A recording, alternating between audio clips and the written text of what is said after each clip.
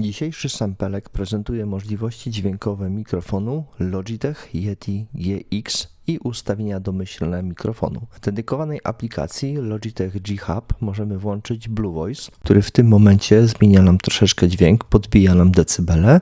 Możemy w nim ustawić główny poziom wejściowy, korektor głosu, blokadę Smart Audio, czyszczenie sygnału, filtr górno-przepustowy. Możemy skorzystać także z gotowych presetów, na przykład naturalnego, który brzmi bardziej płasko.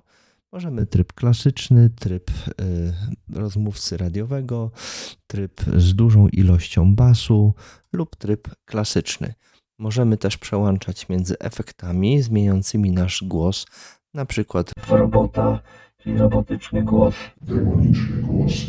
Możemy sobie zrobić eteryczny głos. Jedzony głos. Głos strażnika. lub całkowicie zrezygnować z tych opcji dźwiękowych. Dziękuję.